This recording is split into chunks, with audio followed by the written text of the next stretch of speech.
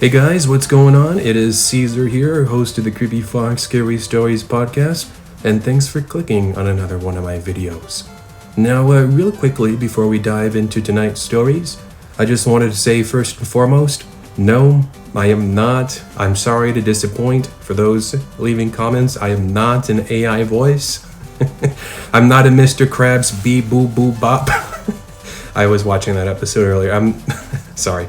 I'm not an AI voice. I've been doing this for the longest time, longer than I like to admit, and to switch over to using some stupid, dumb AI voice, that's stupid. Anyway, like I said, tonight, I'm going to be focusing on the truckers out there. So what ended up happening was this original episode, I kind of accidentally deleted the video. Yeah, I know, oops. So I figured instead of just uploading it as it is, I would go ahead and do some touch-up work on it because it needed it regardless. So I've gone ahead and I re-recorded the stories. I went ahead and added some footage as well, so it's not just the still image, which was the thumbnail of the video, and I've added some music and some sound effects. So basically just made it just a whole lot better. So if you never got a chance to hear it before, well, there you go. But anyway, I'm going to go ahead and get started with the video for you guys. If you are a trucker out there and you'd like to share a story for a future video and you'd like to help me with a part 2, then definitely reach out to me and we can collaborate together and make another video like this. But yeah, for now, enjoy the video.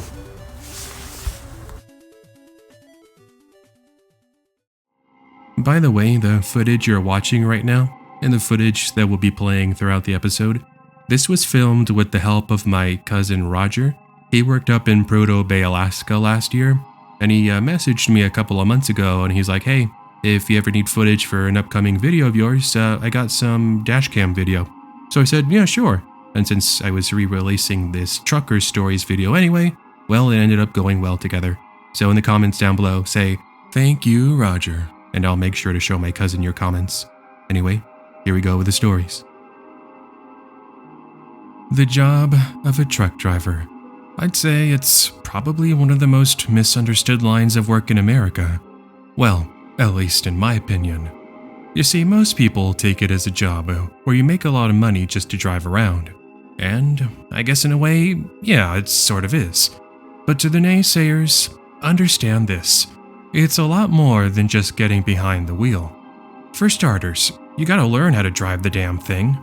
And second, you've got to grow accustomed to long hours of just sitting on your ass and staring at empty roads at 3 in the morning. And 3, well, there's the constant lower back pain. Sound appealing, huh? Well, and on top rigorous scheduling, and hello, welcome to Driving Big Rigs 101. I'll be your guide. Sorry, I really don't mean to get negative or anything. It's just to get tired of hearing from people who give truck drivers a hard time. Anyway, with all of that out of the way, I have something to share regarding a creepy encounter I had when I used to drive trucks myself in the early 2000s. At the time, I was working for a private company my uncle owned, who shipped gravel and coal to major construction sites. It was a pretty messy job, to say the least. But hey, it paid $40 an hour, so I thought why not? Especially considering most people my age, I was in my late 20s when this occurred, were stuck at dead-end jobs making an average of $7.50. Anyway, I was driving somewhere in the Midwest, and I recalled I pulled an all-nighter after getting delayed due to a sudden blizzard, and I had to make up for lost time. That's why I was fueling myself with a bunch of soda and Big Macs from McDonald's. But like anyone else, I'm not just a living, breathing human machine. I too required a break. And with it approaching midnight, I needed said break. Luckily, I had made up so much ground that I was able to earn myself enough time to sleep for a few hours. Unfortunately, though, the nearest truck stop wasn't for another 100 miles or so, which meant I would have had to find somewhere else to stop. I despised stopping at the side of the highway. This was due to the dangers that came with it. Well, in my quest to find a comfy sleeping location, I spot a sign for a rest area in less than 25 miles. It was no truck stop, sure, but hey, it's better than nothing, right? So I power through the last bit listening to some heavy metal, and I arrived to the rest area only to see the rest stop has been abandoned. The building which housed the restrooms have been boarded up. So much for using the restrooms, huh? But that didn't stop me from walking into the nearby wilderness and doing my business there. Anyway, fast forward no more than 3 hours later, and this is when I began to hear something knocking. As I was so deep in my slumber, I first thought perhaps maybe it might just be in my imagination, or perhaps I'm dreaming that. But after a minute or two of the knocking persisting, I slowly started to open my eyes. What I saw staring back at me at the passenger side window? It was a man. I would say he was in his mid-30s. He was wearing a baseball cap and had a bandana which was covering the lower half of his face. Those eyes, well, let me just tell you, those were the eyes of a maniac. He then began pounding at the glass, telling me to get out and to hand over the keys, or as I remember him saying, he was going to kill me. I would soon get confirmation of his intentions when he reveals he's got a gun. "Get out, right now. I'm not playing any games with you," I could hear him say through the muffled glass. Yeah, this was now turning into quite the scary and serious predicament. So, you might be wondering next, how in the world did I get out of this situation? Easy. I too had a gun, which was concealed under my seat, but I couldn't just take it out. If I did, that was it for me. I don't think I would have had enough time to grab it. So instead I tell him I was going to get the keys and my wallet, hoping this could be a perfect excuse for me to reach under my seat. And it worked. You see, while I kept my eyes on this creep, I see him lower his pistol for just enough time for me to grab my own gun and point that bad boy right at him. You should have seen the confidence in his eyes suddenly disappear. Just as I was about to shoot, he jumps off of the truck and books it to a nearby vehicle. That's where I could see another person wearing a mask, who I assumed was the lookout. They drive out of there, and I never do see them again. Now, I can't say for sure what exactly they were planning for me. Just by the situation itself, they were probably looking to steal my big rig. But what about after? Would they have really let me go? Or would they have taken advantage of us being in the middle of nowhere and killing me for good? It's a creepy thought that all these years later still keeps me up at night.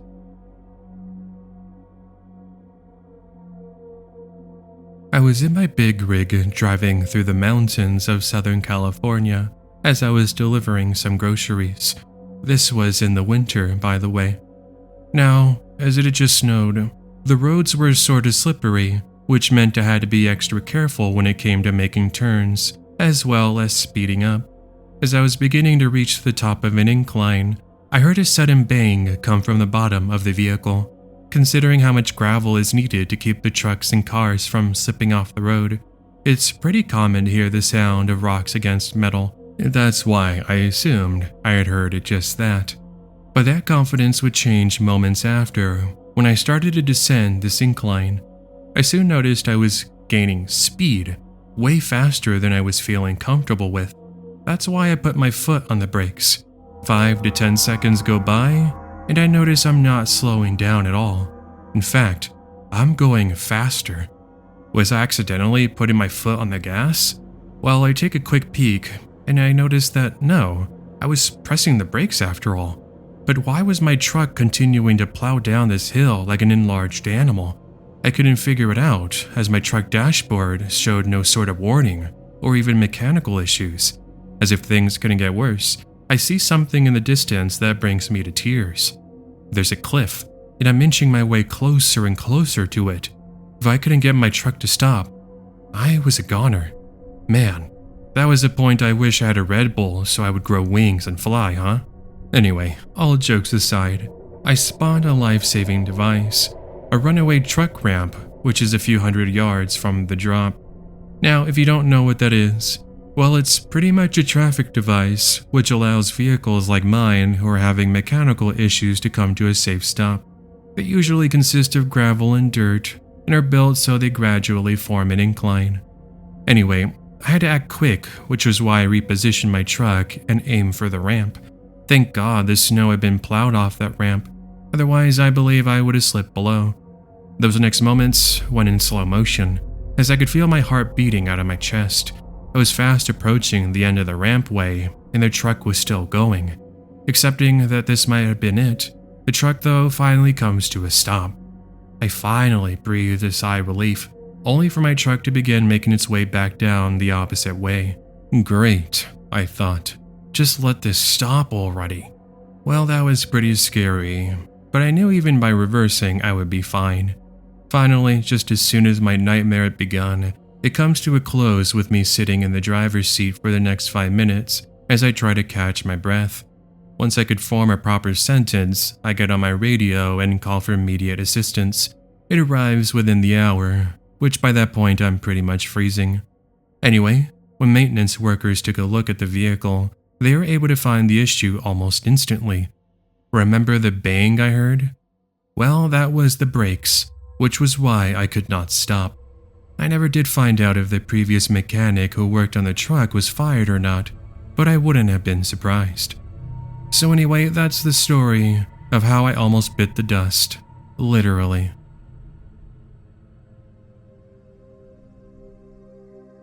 For context, this was sometime in the early 80s when I used to be a delivery driver for a popular soft drink company here in Canada.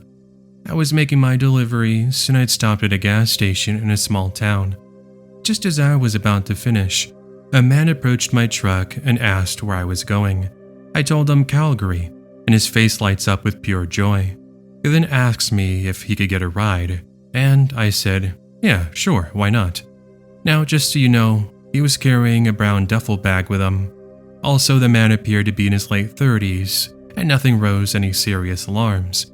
Jokingly, I asked if there were bricks in his duffel bag, and he responds by saying it was just his clothes and he had been getting rides across the country trying to see the world. Ah, what it is to be young, I thought. Anyway, I naively allowed him into my truck, and he takes a seat in the back. For the next 5 to 10 minutes, I started some friendly conversation with him, and I couldn't help but notice he kept looking out the window in a panicked-like manner. Hey, you okay? Am I driving too fast for you? No, you're good. Just keep driving. I mean, I was just asking an innocent question. Not sure why he was so snappy. Fast forward a while, and he's asking me if I could see any cops in the rearview mirror. I assure him it was just myself and him, and he breathes a sigh of relief, where I can see him mouth something like, "Thank God." It's at this moment I began to grow uncomfortable with the whole thing, and I grow even more suspicious as he appears to have been under the influence of some sort of drugs or something, and he also kept looking into the duffel bag. Those must be some of the most stylish clothes in the world since you keep looking in there, I jokingly expressed as I saw him through the mirror. What he does next sent chills down my spine. I see him take out a revolver, and then he starts pointing it in my direction. You know what? On second thought, change of plans. Get off the highway and let's drive into the forest. I'd rather not be seen, was what he said. So much for the city escape, huh? Anyway, another quick peek at the duffel bag, and I was able to make out money. And I'm talking about wads and wads of cash. Did he perhaps rob a place? It sure appeared so.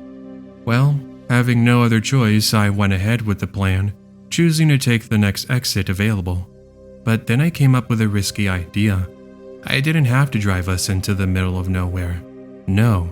What if instead I push so hard on the brakes, it causes the revolver to go flying out of his hands? The dude was already shaking and paranoid as it was. Plus, he wasn't wearing a seatbelt. It was worth a try. And to my surprise, it actually works. We come to a screeching halt, and the revolver falls out of his hands for just enough time for me to grab the keys, jump out of the driver's seat, and run to a neighboring rest area that was full of families. But that's not all I found. Out of all places, police officers. 4 of them appearing to be taking a break and talking amongst themselves. Like you might imagine, seeing this truck driver running like an idiot grabbed their attention. All I was able to muster up was men with a gun in the truck, and these officers stormed their way over to the creep. What I hadn't realized was that this man was wanted in 4 different provinces, and that was for armed robbery, as well as many other violent crimes. I learned this at a later date, by the way. Talk about the dumbest criminal ever. I guess the fact that he was under the influence gave him false confidence that he could get away with his crimes. But as I witnessed, that was not the case. So, that was the time I unknowingly picked up an armed robber. Hey, I hope you're enjoying today's episode so far. If this is the first time you're joining us, then consider subscribing for all future uploads coming here to the channel. Also, if you are a current subscriber, do double check and make sure that you haven't been unsubscribed. Unfortunately, there is a known bug on YouTube's end, and they're unsubscribing people from YouTube channels, so just double check. Anyway, let's get back to these scary stories.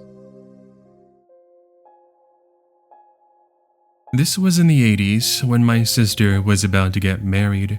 She lived across the state. We are in Texas, in case you're wondering, and I had to drive in order to get to her. Now, yes, I guess I could have used an airliner to get to her, but I'm more of the driving type of individual.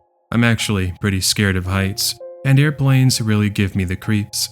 Luckily, I had a delivery to take care of anyway, and I would be stopping in a neighboring city next to my sister, so that way I could pick up the truck. So anyway, I rent a vehicle, and a couple of evenings later, I begin the 5-hour drive. Everything is going fairly smoothly, all things considered. That's until I decided to take a quick stop at a rest area to use the restroom, and also maybe get a snack if they had a vending machine. I'm pretty much in the middle of nowhere at 3 in the morning, and I'm surrounded by desert on all sides. The neon sign above the restroom was buzzing and flickering on and off, and you could see little moths flying around looking for any source of illumination. The atmosphere combined with the cool November desert air, well, it really brought your senses to a standstill.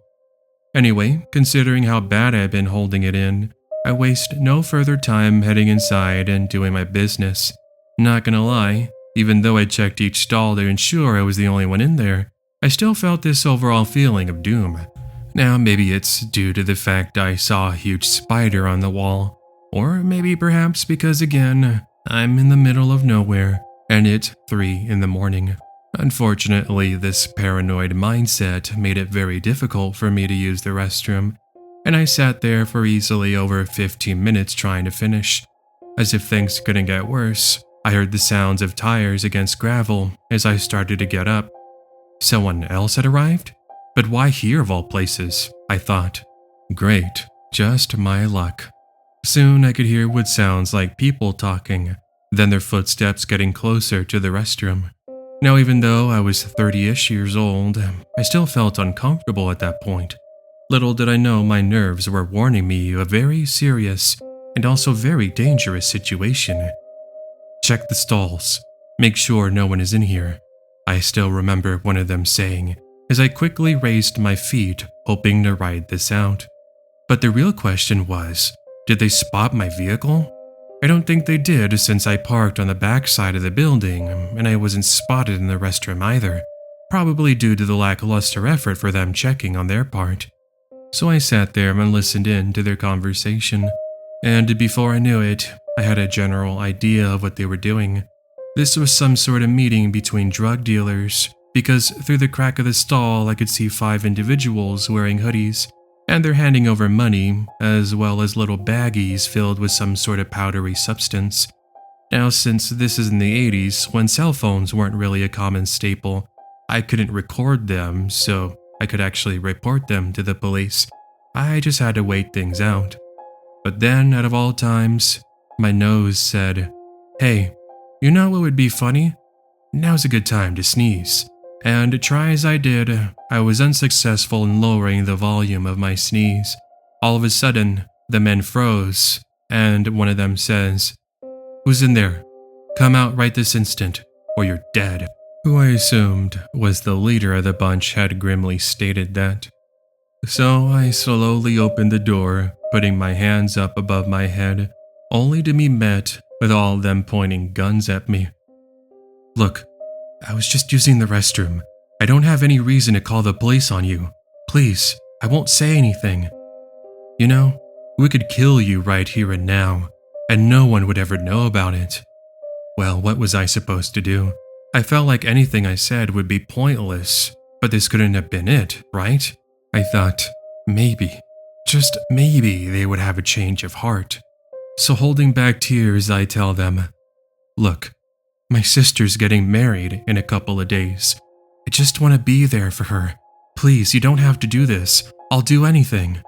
They then whisper amongst themselves, before who I assumed again was the leader says, get out of here. I stood there in confusion, thinking that perhaps this was some sort of joke. He once again assures me I was free to go, and I waste zero time booking it to my vehicle, and I'm thanking him under my breath. I never did look back, and to this day I'm so grateful I was able to make it to my sister's wedding. Your guess is just as good as mine why they decided to let me go. Who knows, really? Maybe they did have a change of heart. But whether the case is, be careful whenever you stop at rest areas in the middle of nowhere, especially that late at night.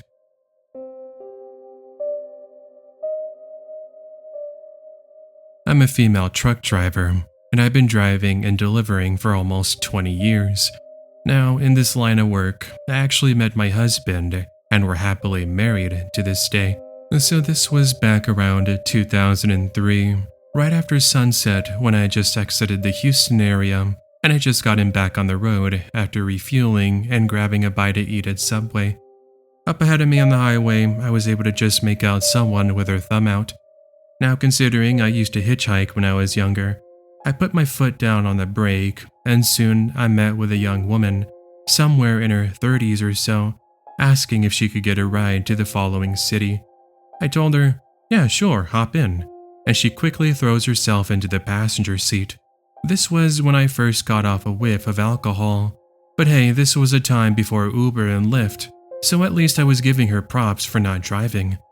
It did not take long for me to find out she had some bad intentions though. As I focused on driving, I felt something poking at the side of my stomach. I took a quick glance, and I see a gun. We're going to drive to the nearest ATM machine, and you're going to take out all the money you have, because if you don't, I'll take your debit card by force, and I'll kill you. So either way, that money will be mine.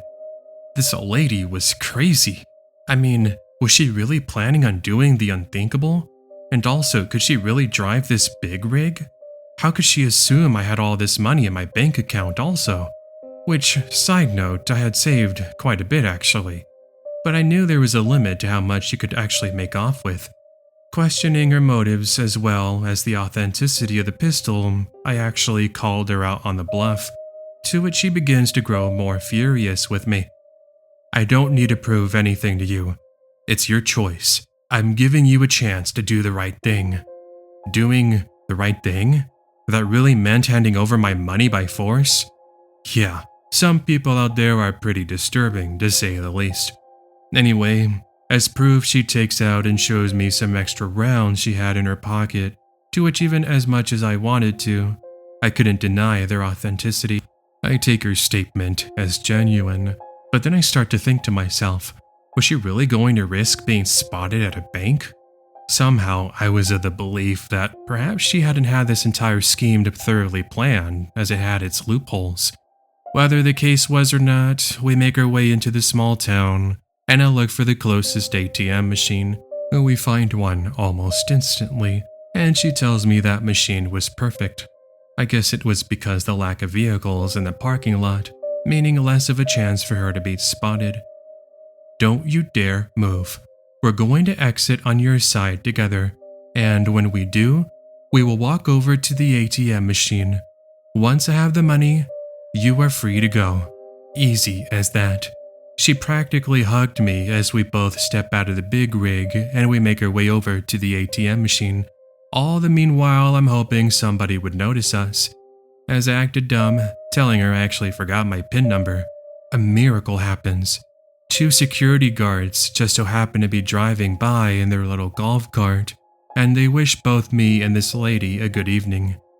Now, it was risky, but it was just enough of a distraction for me to book it over to them. I understand that was a huge risk, especially considering I had no idea if they were armed or not, but considering that this is Texas, I had to at least give it a try. And just like that, the woman books it. Meanwhile, I'm explaining what had just occurred. Thank God both these security guards were armed, because they run after the woman, who gave up almost instantly. Police officers were called, and I ended up giving a statement, as well as my phone number. A day or two later, I get a call from one of the officers, who more or less stated that the woman had a previous criminal history, and this was not the first time that she had a brush with the law. Talk about nightmare fuel. I had trouble sleeping for the next days, but I got over it pretty quickly, thanks in part to my busy work schedule. So to any of my fellow truck drivers out there, please be careful with who you pick up. While it's not good to just assume people's character or not, you need to know when it's okay to just keep driving and to be able to say no. Chill out. That's the phrase I like to tell people when they get mad at you, and that's especially for the most mundane and silly things. Seriously, why are people so giddy and antsy these days? It's like, come on, we all have things going on in our lives. It's understandable to get angry sometimes, but that's no excuse to go after others who haven't done anything wrong. Oh hey, that describes my story I wanted to share with all of you. Now, being a truck driver, I'm bear witness to many sorts of drivers. Most drivers are respectful, and they'll either get out of your way or notify you of their presence. But then you get the big shots, the ones who think they're so incredibly tough. And by the end of the story, you'll see I was the one who got the last laugh. But that did not stop me from being a bit spooked out. This was roughly 2 years ago at the time of writing this, and this was in Wisconsin when I was shipping some furniture for a popular department store. I was still in the city, and that's when I began to hear a vehicle honking behind me. I looked in my rearview mirror, and it's some dude in a monster truck, as if it couldn't get any more absurd than that. Anyway, as we were waiting at a train stop, there wasn't much I could really do. That's why I assumed the driver was honking for other reasons, but I was made aware of his anger when I could hear him cursing at me using various colorful language. I'd rather not repeat that. I ignored him, and finally, when it was our turn to cross, I made sure to take my time just to get my revenge. I don't think he really appreciated that because he started to bounce his monster truck against my big rig, almost as if he was challenging me. I guess he didn't care about the paint on the monster truck because I'm pretty sure it was getting scratched. Bear in mind, the street was practically empty on my side of the road. Anyway, after a couple of minutes of him trying to cut me off, he gets in front of me and then comes to a halt. How I was able to stop in time? Well, I don't really know, but thank God for brakes. Moments later, he jumps out of his monster truck with, of all things, a baseball bat, and he begins making his way toward the passenger side window. No kidding, dude smashes the glass and begins challenging me to get out and fight him. Bro was crazy, and so I started to get the chills when I could see the look in his eyes. Those were the eyes of a killer. Now, in case you're wondering why I didn't fight back, it's because I didn't want my boss finding out I got into a fight with someone, which most likely would have seen me being let go.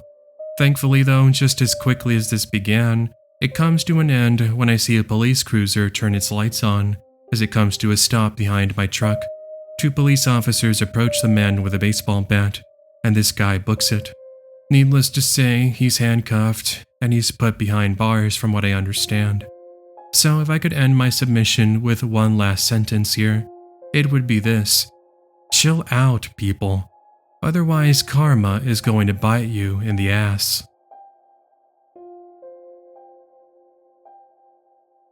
When this first happened back in the early 2000s, I sort of just laughed it off, thinking that perhaps it might have just been some sort of dumb prank. But years later on, as I reflect on this, I understand that I was in a very dangerous situation. Now, as I've spent the last few years listening to scary stories on YouTube, I've been made aware of how common this sort of activity is. That's what makes it that much more chilling.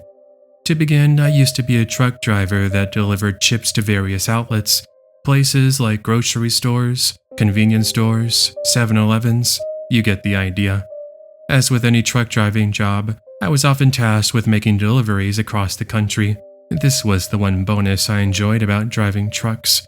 Ever since I was a kid, I dreamed of a job where I could see the whole country, and I was living my dream. It's just a damn shame that dream had to be tarnished.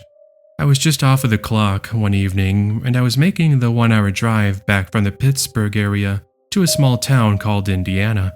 If anyone is from that part of the country, well, you know that once you're out of the city limits, well, you're practically out in the middle of nowhere. Now, you might see the occasional home in the distant fields, but other than that, all you had to keep you company was the road. Anyway, at around 10:30 p.m., my headlights shine upon someone laying in the middle of the road. I quickly come to a stop, and I see it's a woman. Immediately, my first concern was something had happened to her, which was why I get my phone and dial 911. But while I'm talking to a dispatcher, this woman suddenly gets up and heads to my driver's side. Never mind, she appears to be okay. Let me ask her what's going on, I tell the operator, who just like me was confused with the details I was providing her. Hey, mister, do you think you could give me a ride back to my house? I'm not really feeling too good, she replies back, with a very suspicious look across her face. I didn't want to assume, but the way she spoke did not feel genuine whatsoever. Oh, well, I already called 911. They're sending EMTs and police officers as we speak. Her facial expression suddenly changed, and she jumps off of the truck and runs to the other side of the street, toward the passenger side window. This was for a very brief moment I saw someone in a hoodie holding a gun. Both the woman and this armed individual then run into the nearby woods. I wasn't sure what to think of it, which was why I booked it back home until I later spoke with police and clarified what had taken place. Unfortunately, nothing ever came up, and they never found the duo at all. So to this very day, it has remained a mystery. But one thing is for certain, she was purposely trying to get someone to pull over. That was where her partner, who was armed with a gun, was waiting in the nearby trees, and he was ready to jump out and try to take the vehicle by force.